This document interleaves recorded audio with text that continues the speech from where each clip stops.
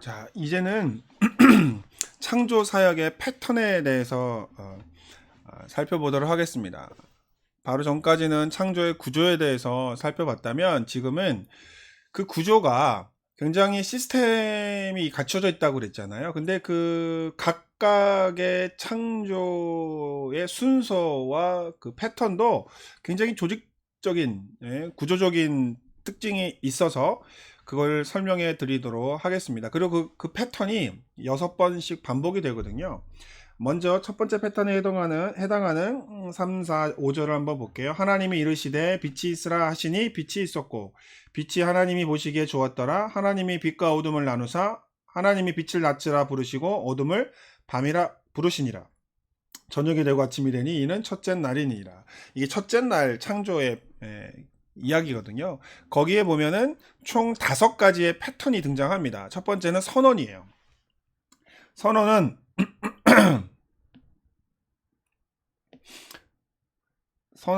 선언이 나오는데 하나님이 가라사대라고 시작이 되죠. 이거는 다른 날의 창조에서도 동일하게 이루어지는 패턴입니다. 그 다음에 하나님이 가라사대 무엇이 있으라 또는 무엇이 되라 라고 하는 이 명령 패턴이 그 다음에 등장하고요. 그 다음에 세 번째는 무엇이 됩니다. 그대로 됩니다. 그 다음에 네 번째 평가가 하나님이 보시기에 좋았다라고 하는 평가가 이루어지는 것이죠. 그리고 시간에 대한 언급이 있죠. 저녁이 되고 아침이 되니 몇째 날이더라 라고 하는 이러한 5가지의 패턴이 이루어져 있습니다. 그러니까 제가 그 창조 기사가 굉장히 시스테마틱하고 굉장히 체계적이고 신학화되어 있다고 말씀을 드렸잖아요. 그러니까 이거는 그냥 단순하게 막 적은 게 아니라 굉장히 고도의 신학화되어져 있는 그런 그 부분이에요. 그러니까 이스라엘의 신앙의 최정점에 이르렀을 때에 아마 나온 그 창조 신학이다라고 볼 수가 있습니다. 그렇게 해서 이 창조 패턴에 대해서 5가지의 패턴에 대해서 나왔습니다. 요거 잘 기억해 두세요. 요 5가지 패턴 기억해 두시면 좋습니다. 자, 그 다음에 창조 사역과 7일 패턴 부분인데요. 이렇게 그 5가지로 이루어져 있는 이 창조 사역의 패턴이 6일째 지나고 6일 동안 반복이 되죠. 창조 사역은 매일 5단계를 거쳐 일어나고 6일 동안 반복이 되죠. 그리고 7일에 안식이 임하는 것으로 총 7일의 패턴을 갖고 있습니다. 그런데 고대 근동에서 이 7일 패턴은 흔히 발견되는 유형이었습니다. 따라서 창세기의 창조 패턴은 평범한 6일을 보내다가 7일째 결정적인 사건이 일어나는 고대 근동의 패턴과는 달라요. 그러니까 7일이라고 하는 패턴은 동일하지만 고대 근동은 6일 동안에는 아무런 일이 벌어나지 않은 평범한 일이고 마지막 7일째 뭔가 사건이 터집니다. 그런데 창세기의 그 7일 패턴은 평일날 막 중요한 패턴이 매일 하나씩 일어나죠. 사건이 일어나죠. 빛이 창조되고 하늘과 그 물이 창조가 되고 그 다음에 땅이 드러나고 이렇게 각각의 매일마다 어떤 중요한 사건들이 벌어지고 정작 7일에는 뭔가 빵 하고 터져야 되는데 그 7일째에는 안식을 취한다라고 하는 것이죠. 그게 그 다른 고대 근동의 패턴과 다른 점이고요. 또 하나 주목해야 할 것은 고대 패턴에 있어서 가장 중요한 거는 며칠이죠? 7일이잖아요. 7일째가 가장 중요한 사건이 일어난다고 했잖아요. 그러면 창세기의 창조의 7일 중에 제일 중요한 날은 언제일까요? 네. 가장 중요한 날이 7일이죠. 창조에 있어서 가장 중요한 게 뭘까요? 네. 안식이죠. 창세기 나중에 제가 이 말씀을 드릴 텐데 창세기에 나오는 이 창조 기사의 가장 독특한 특징은요. 안식을 목표로 진행하고 있다라고 하는 거예요. 이 안식. 지금 우리가 이 안식이라는 것이 얼만큼 큰 주제인지를 알지 못하지요. 아직 배우지 않았으니까. 근데 조금 지나서 제가 고대 근동의 창조 사역을 제가 설명할 때 다시 한번 언급할게요. 창조의 목적은 안식을 향하여 갑니다. 고대 근동의 창조 기사와 굉장히 다른 차이점을 보이고 있는 부분이라는 거 기억하시고, 예, 염두에 두세요. 뒤에 또 한번 반복해서 설명을 하겠습니다.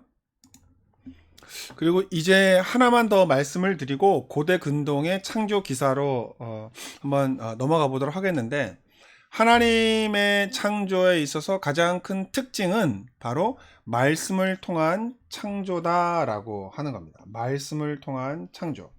창세기에서 하나님은 우주를 말씀으로 창조하십니다.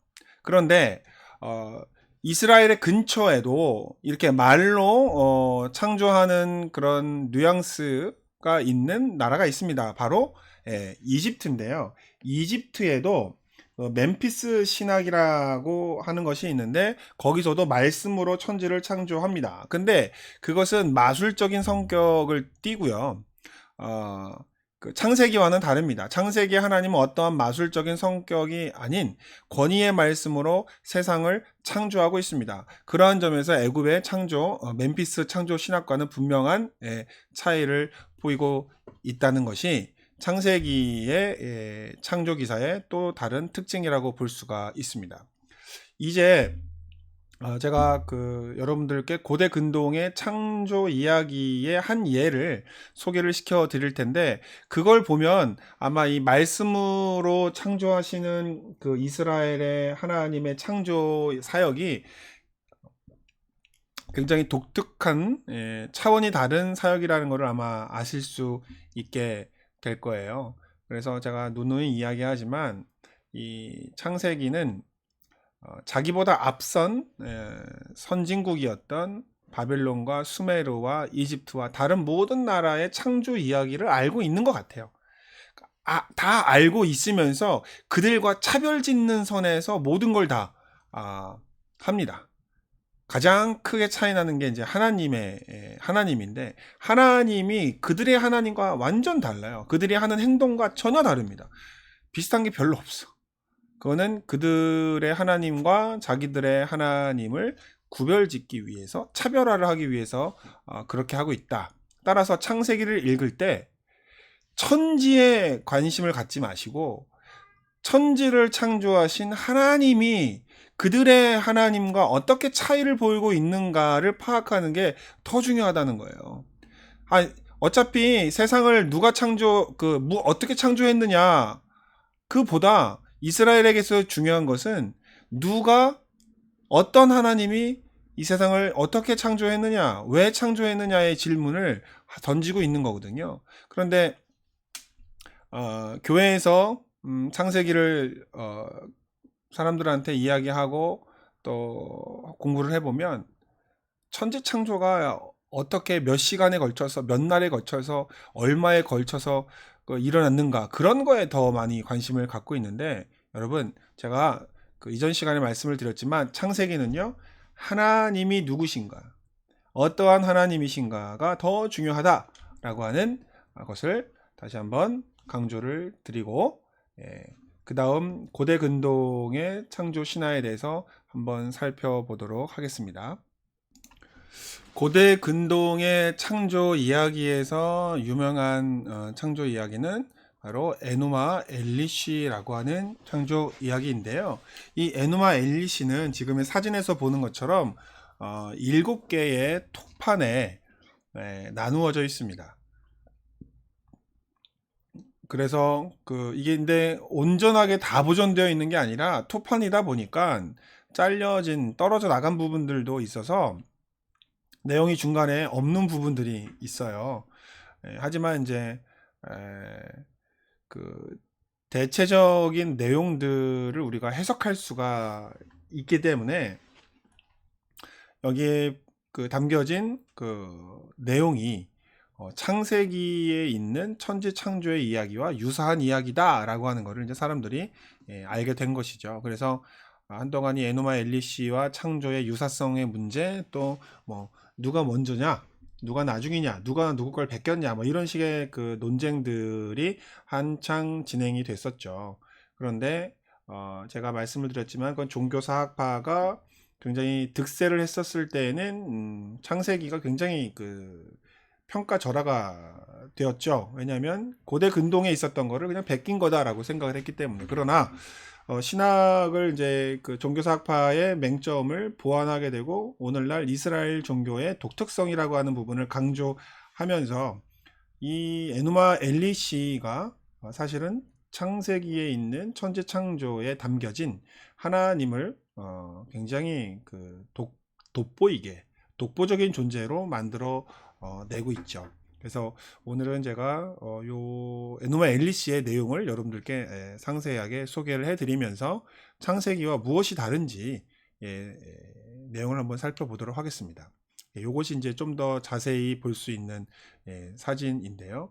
여기에 기록되어져 있는 글자들은 이제 그 쐐기 글자라고 알려진 글자들입니다. 아카드어와 같은 그런 쐐기 문자인데 저도 독일에 있을 때 한 학기 동안 블럭 세미나를 하면서 이 그 아카드어를 배운 적이 있는데 이 아카드어가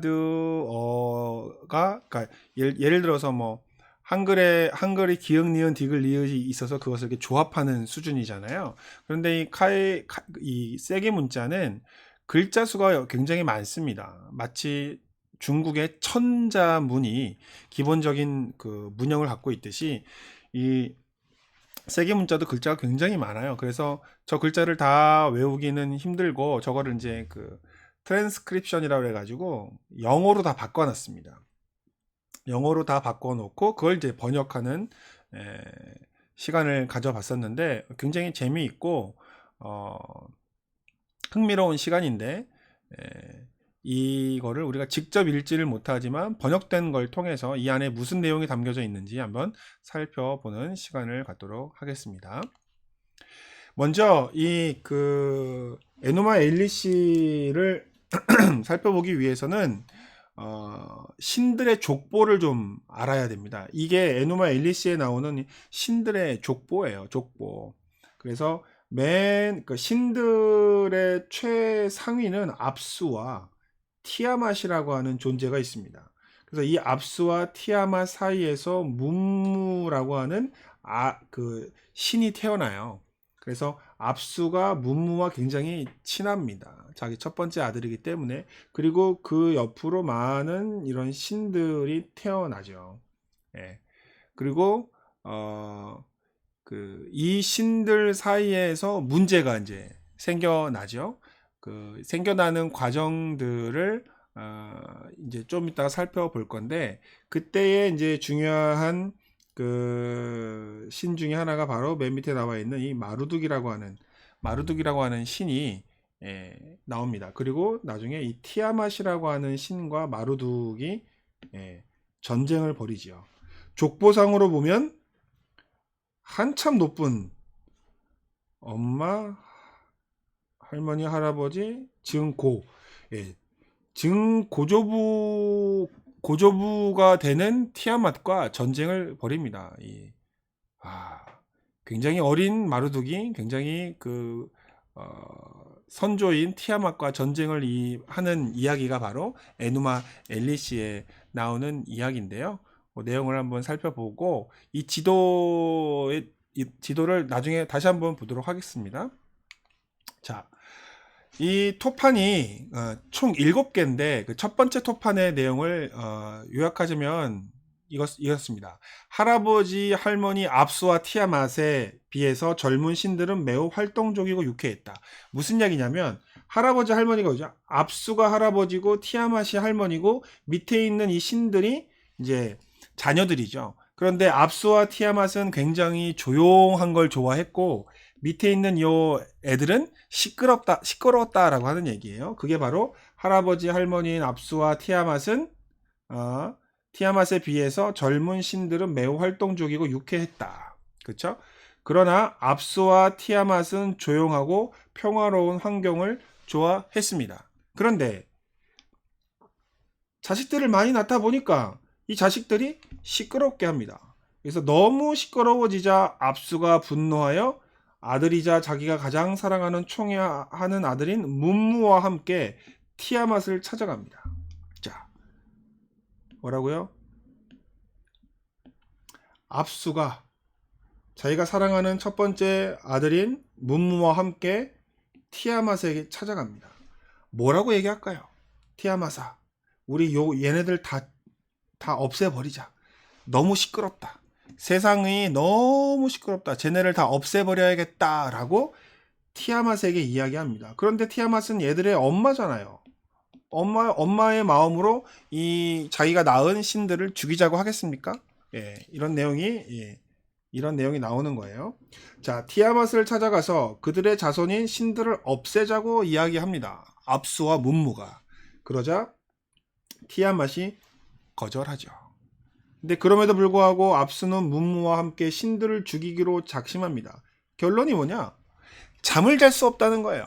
신들은 이 압수는 좀 조용하게 잠을 자고 싶은데 신들의 새끼들이 너무 시끄러운 거예요. 막 싸우기도 하고 덤비기도 하고 막 세상을 소란스럽게 하니까 압수가 쟤네 다 없애버려야겠다라고 이야기를 했다라는 것이죠. 그런데 그 이야기가 이 자녀들에게 들어갑니다.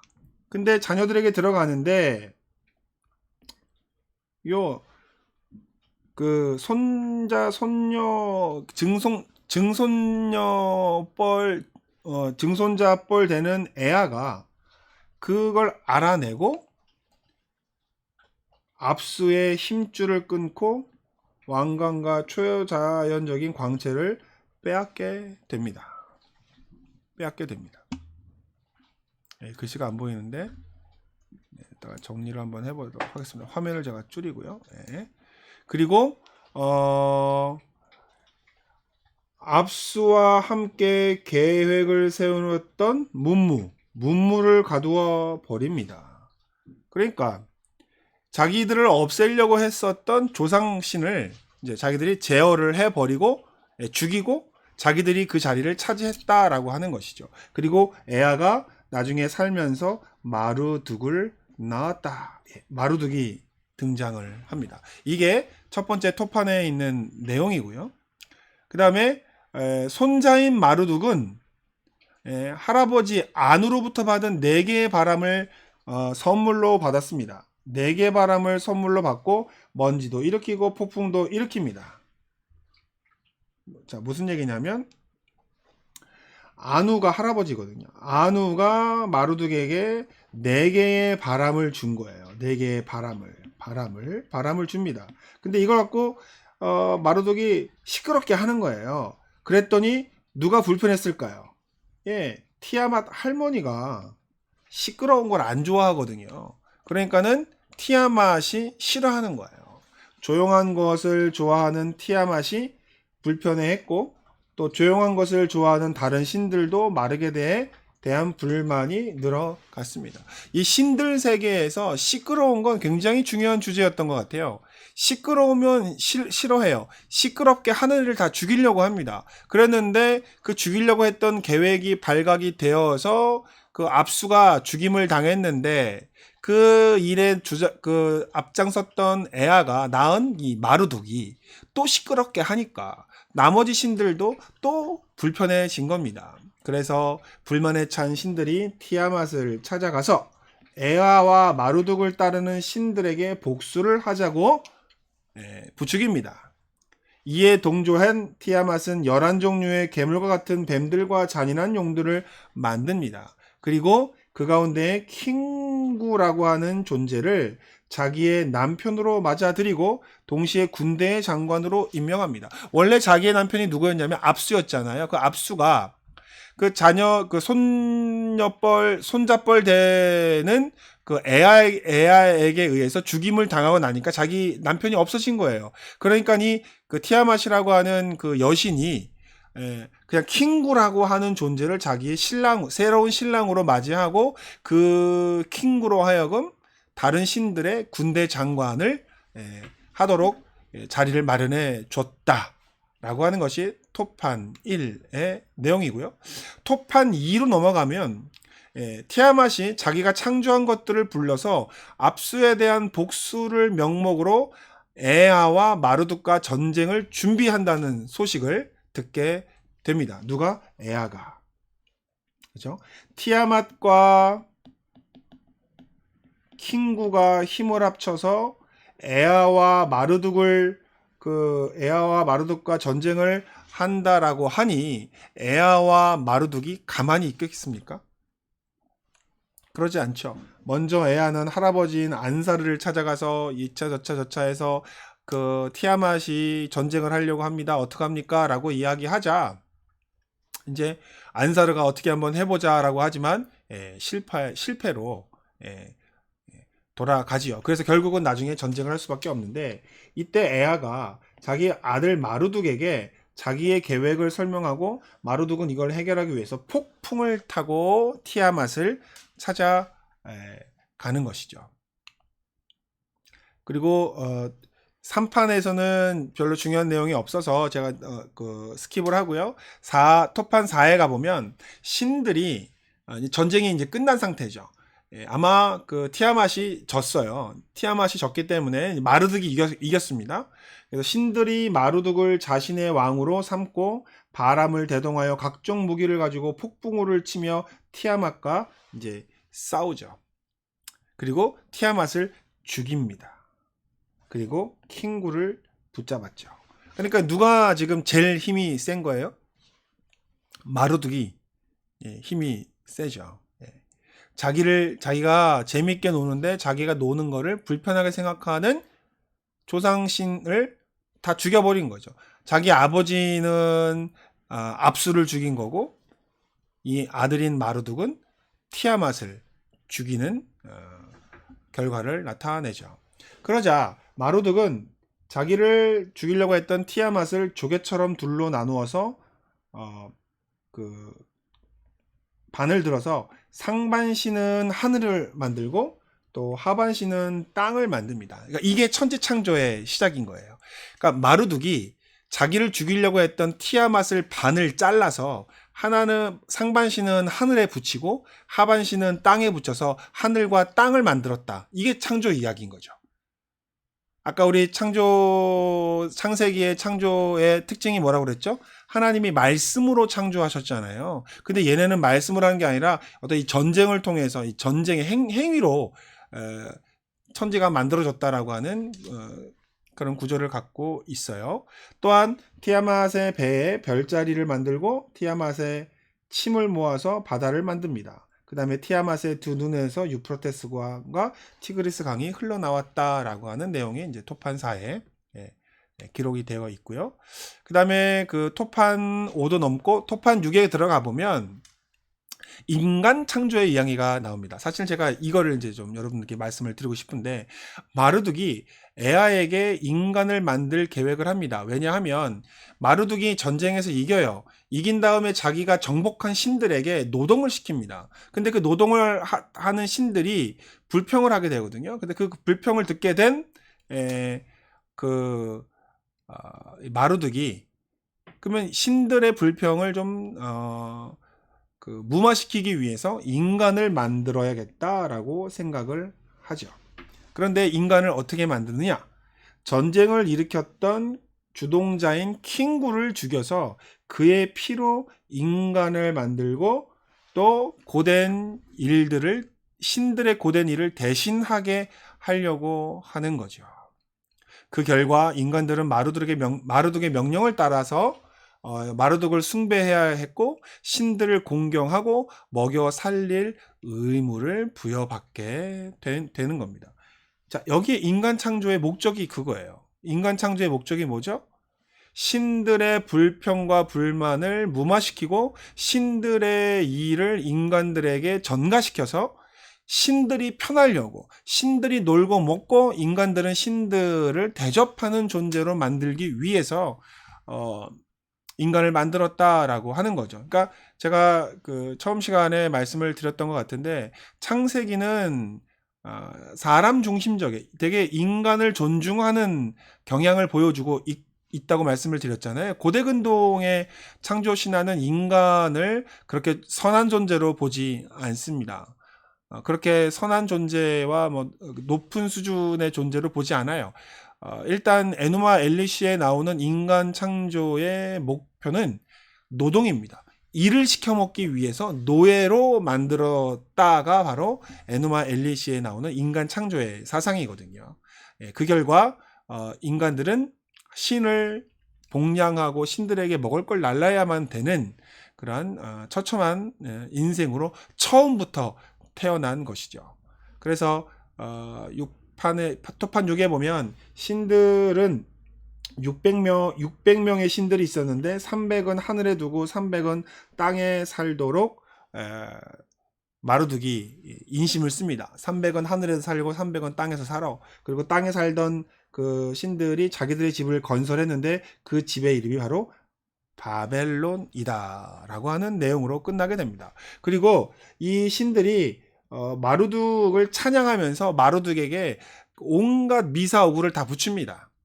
예. 민족의 태양이시고 결의의 지도자이신 뭐 이런 식으로 누군가를 이렇게 찬양하듯이 명칭을 붙입니다. 50개의 명칭을 붙입니다. 근데 그것이 이제 토판 7에 등장하게 되는데 이게 이제 그 총 에누마 엘리시 7개의 토판에 있는 내용을 축약하고 간략하게 이제 설명을 드린 거예요. 자, 이 이야기를 근거로 고대 근동의 창조 이야기를 특징을 찾아보니까 5가지입니다. 자, 신들의 사소한 분노에 의한 창조. 자, 이 창조가 어떻게 시작됐죠?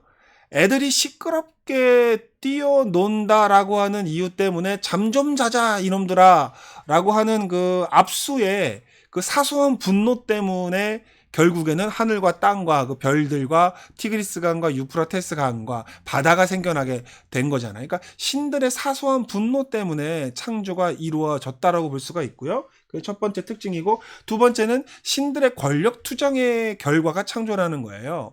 높은 신과 낮은 신, 오래된 신과 또 어린 신, 이런 세력들 간의 충돌에 의해서 창조가 되었다라고 하는 겁니다. 그 다음에 신들의 비윤리적인 행동을 통해서 창조가 일어납니다. 왜요? 아버지는 자기 자식들이 떠든다고 자기 자식들을 다 죽이자고 첫째 아들 문무와 티아맛과 상의를 하는 장면이 나오고, 뒤에 보면은 에아라고 하는 손잡벌 되는 애가 할아버지 압수를 죽이고, 그 다음에 마루둑은 자기보다 훨씬 더 높은 오래된 할머니인 티아맛을 또 죽이는데 어떻게 죽여요?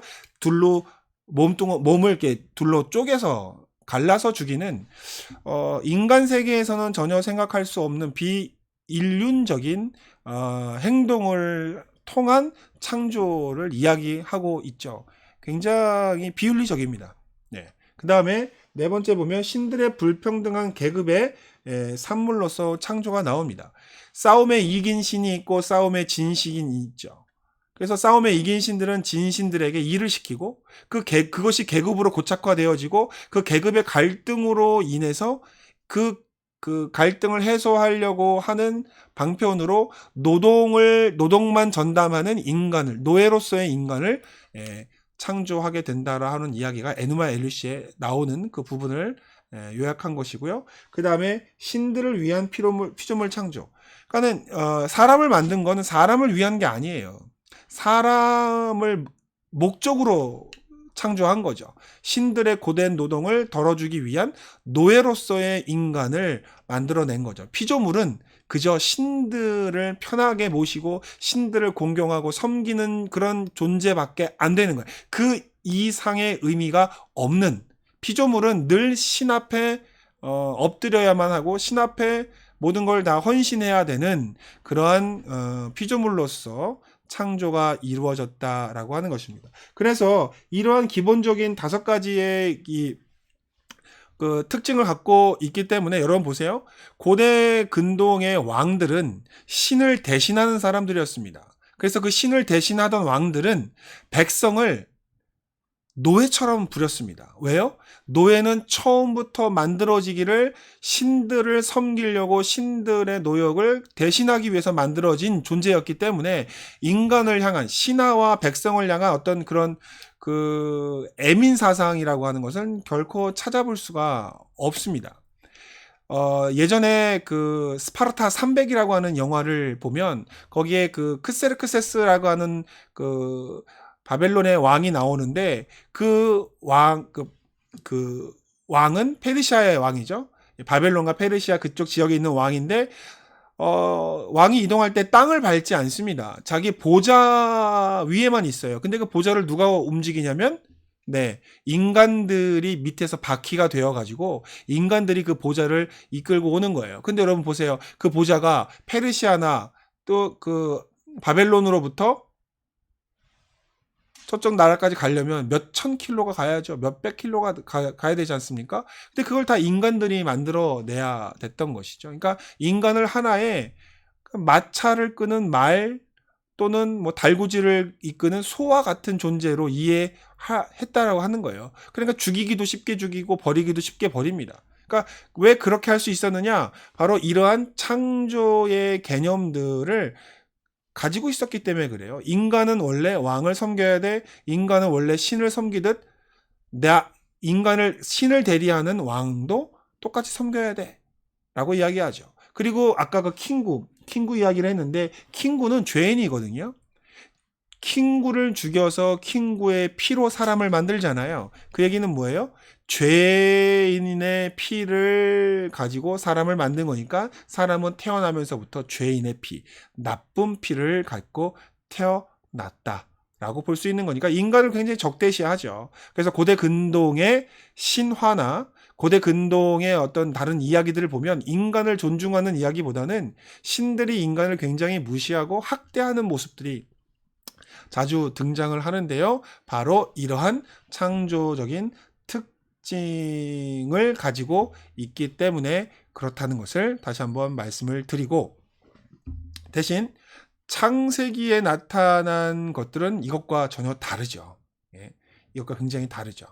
뒷부분, 창세기 뒷부분의 인간 창조 부분에 가서 제가 좀 더 자세히 말씀을 드릴 텐데요. 어쨌든 창세기는 이러한 에누마 엘리시도 알고 있었을 겁니다. 거기에 나타난 신들이 어떠한 신들이었는지, 또 그들이 인간을 어떻게 만들었는지에 대해서 다 알고 있었을 거예요. 결국 비슷한 창조 이야기지만 다른 결말을 가지고 있다라고 하는 것이 굉장히 중요한 차이점이라고 볼 수가 있습니다. 조금만 더 설명을 드리겠는데요. 창세기 1장과 에누마 엘리시는 비슷하게 창조의 이야기를 다룹니다. 그러나 인간의 입장에서, 사람의 입장에서 바라본 두 창조의 이야기의 끝은 전혀 다릅니다. 에누마 엘리시의 끝이 뭐였죠? 신들을 먹여 살려야 하는 인간의 운명으로 끝이 납니다. 그죠? 마르둑이 자기가 정복한 신들이 불평을 많이 하니까 그들의 불평을 무마시키기 위해서 인간을 만들어서 그들의 노역을 대신하게 하는 걸로 이야기가 끝이 나고요. 근데 창세기는 어떻게 끝나죠? 우리가 알고 있듯이 제7일 날 하나님이 안식하시는 것으로 끝이 납니다. 하나님도 쉬셨기 때문에 인간도 쉬어야 한다는 것으로 끝이 나는 것이죠. 그러니까 어떻게 이거는 알고 대놓고 반대로 가는 거예요. 당대에 가장 유명했던 에누마 엘리시는 인간을 노동시키는 것으로 끝이 나죠. 근데 그 에누마 엘리시는 그 바벨론에 그 함무라비 왕이 있을 때 통용되어지던 것인데, 함무라비가 사람들로 하여금 노역을 시키고 일을 시켜야 되잖아요. 그런데 그걸 시키려면 어떻게 됩니까? 너희들은 옛날부터 만들어지기가 처음부터 너희들은 노동을 위하여 만들어진 것이야 라고 하는 그런 것을 정당화하기 위해서 에누마 엘리시를 이용한 거예요. 그게 이제 함무라비가 이 에누마 엘리시를 이제 만들어서 사람들로 하여금 자기의 운명을 받아들이도록, 노동하는 운명으로 받아들이도록 만들어 놓은 게 에누마 엘리시고요. 대신 창세기는요. 창세기는 인간이 노동하는 것으로 끝이 나지 않습니다. 하나님이 쉬셨듯이 인간들도 쉬어야 된다라는 것으로 안식으로 끝이 납니다. 차원이 다르죠. 품격이 다른 창조의 이야기라고 볼 수가 있는 것이죠. 그런 면에서는 창세기는 신중심 세계관과 인간 중심 세계관의 충돌이다라고 저는 말씀드리고 싶습니다.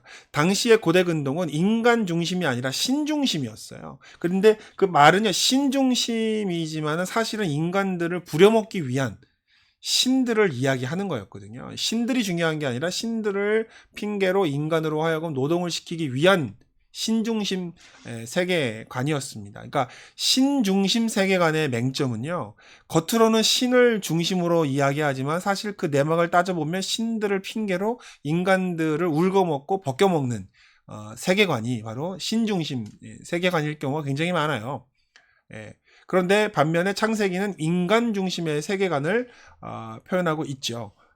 사람이 신들을 섬기는 노예라고 이야기하지 않잖아요. 그러니까 성경은 인간 중심, 사람을 존중하는 세계관을 갖고 있다라고 하는 것이 큰 특징이고요.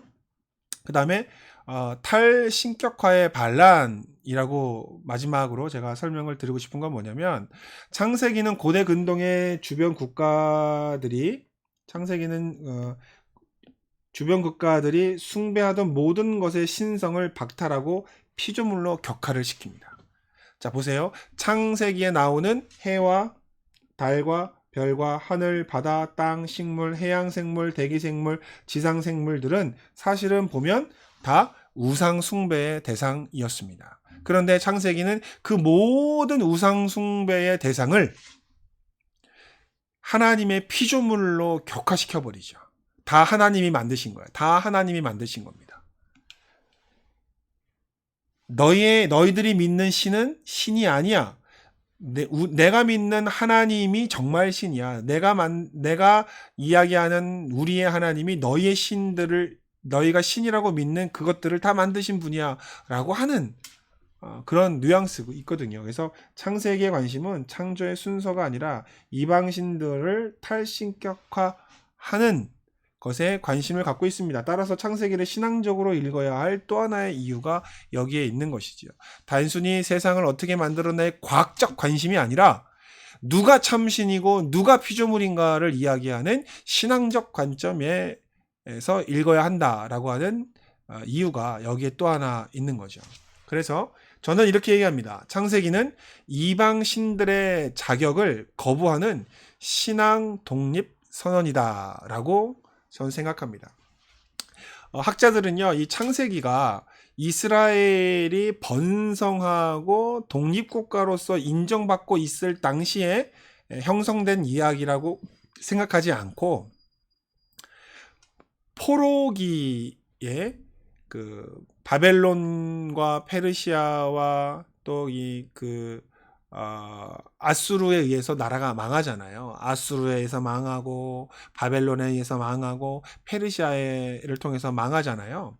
그러니까 그러한 그 과정을 거치면서 나라를 잃어버렸을 때 이런 이야기를 했다라고 생각합니다. 근데 보면 웃기죠. 나라도 없는 민족이 자기들의 하나님이 자기를 지배하고 있는 그 지배 국가의 신들을 만들었다라고 주장하고 있는 거죠.